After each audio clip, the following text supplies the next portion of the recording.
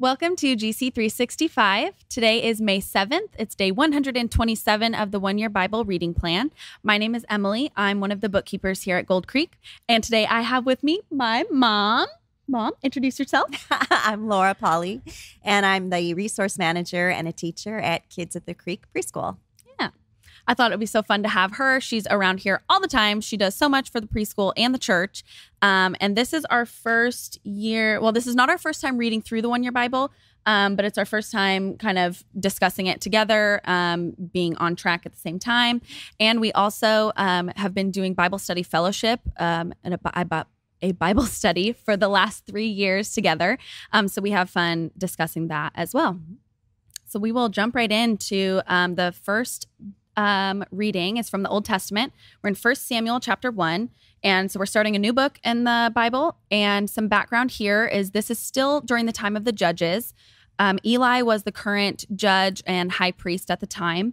And Samuel is significant because he would be Israel's last judge. He's also the person who would later appoint Saul as Israel's first king.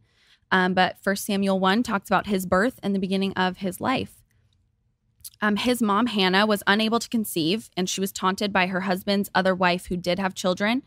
And so in her desperation and longing for a son, she prayed to God and promised that if he would provide her with a child, she would dedicate him to the Lord forever.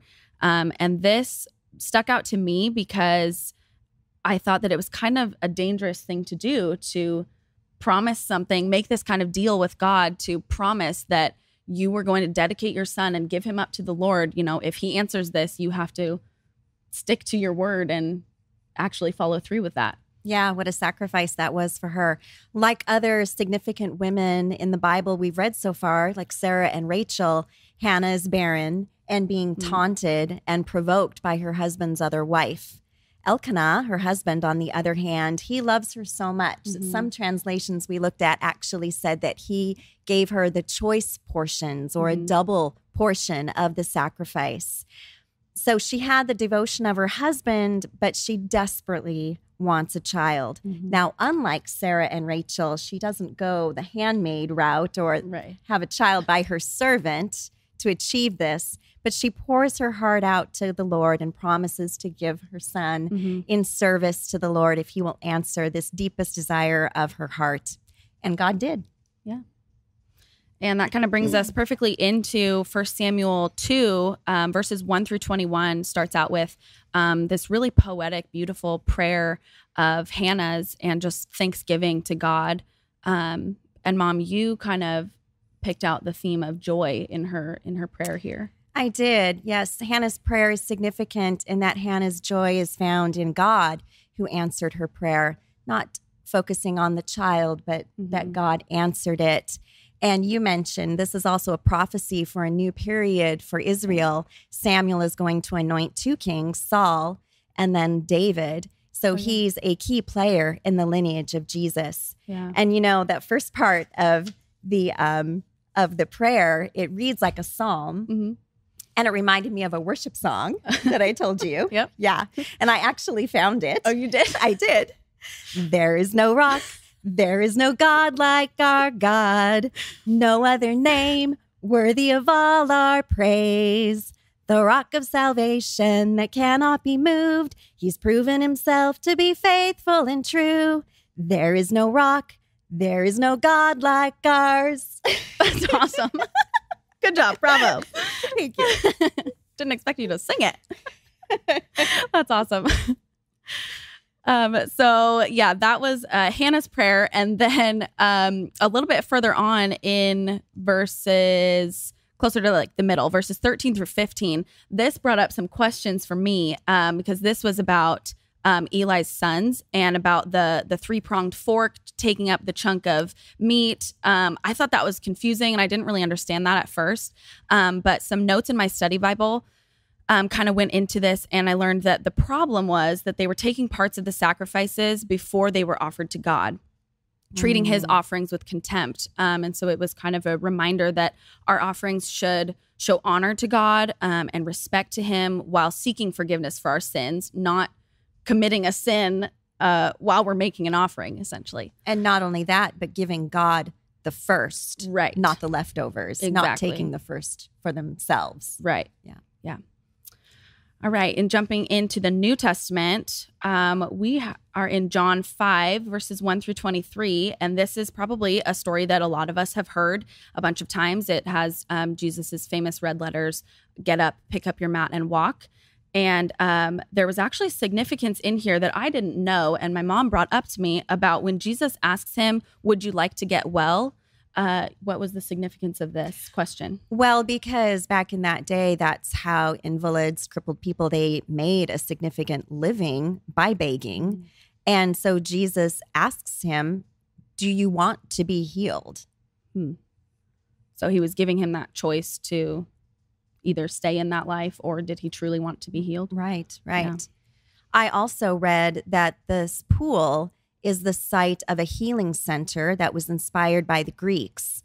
And they believed a spirit would stir the waters, and whoever got there first would then be cured of whatever ailed them, disabilities and whatnot. Jesus, when he comes to this pool, he's confronting this cultural myth in order to bring understanding, just like his conversation with the Samaritan woman at the well, which was also tearing down conventions. He proved with his healing of this paralyzed man that he's the source of living water. And interestingly, this healing took place without any profession of faith on the part of the paralyzed man. He didn't even know who Jesus was. Yeah. But Jesus healed him at this place in order to prove that he is the source. Wow. That's so cool. I really like that. And what stands out to me, I was going to read verses 19 and 20. Let me get to it really quick. When Jesus says, I tell you the truth, the Son can do nothing by himself. He does only what he sees the Father doing. Whatever the Father does, the Son also does. For the Father loves the Son and shows him everything he is doing. In fact, the Father will show him how to do even greater works than healing this man. Then you'll be truly astonished. And what stood out to me here was that Jesus doesn't leave us the option to believe in God while ignoring God's Son. Jesus lived as God wanted him to live. And because of our identity in Jesus, we must live as he wants us to live. If that makes sense. So it's kind of the ultimate, I don't know, I immediately thought of the old saying, what would Jesus do? And it's like the ultimate, opportunity to reflect on that and just think about what would Jesus do and how are you reflecting living the way he would want you to live. Absolutely. Yeah. And then our psalm for today is Psalms 105, verses 37 through 45. And I really liked verses 40 and 41. And I'll just read them really quick here. It says, they asked for meat and he sent them quail.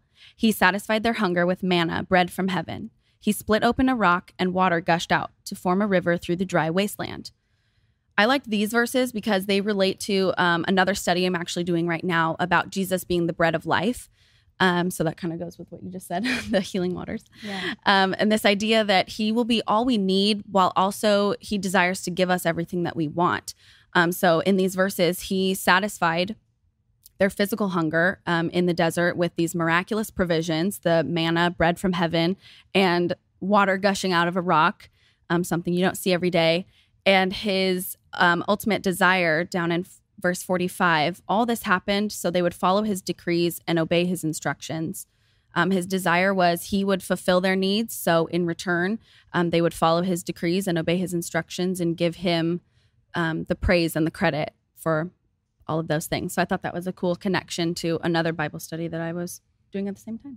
And I felt like this was just about remembering what God did for the Israelites in the wilderness, bringing back to mind how he provided for them, remembering God's blessings, because it can be really easy to forget when we're going through our current struggles what God has done for us in the past.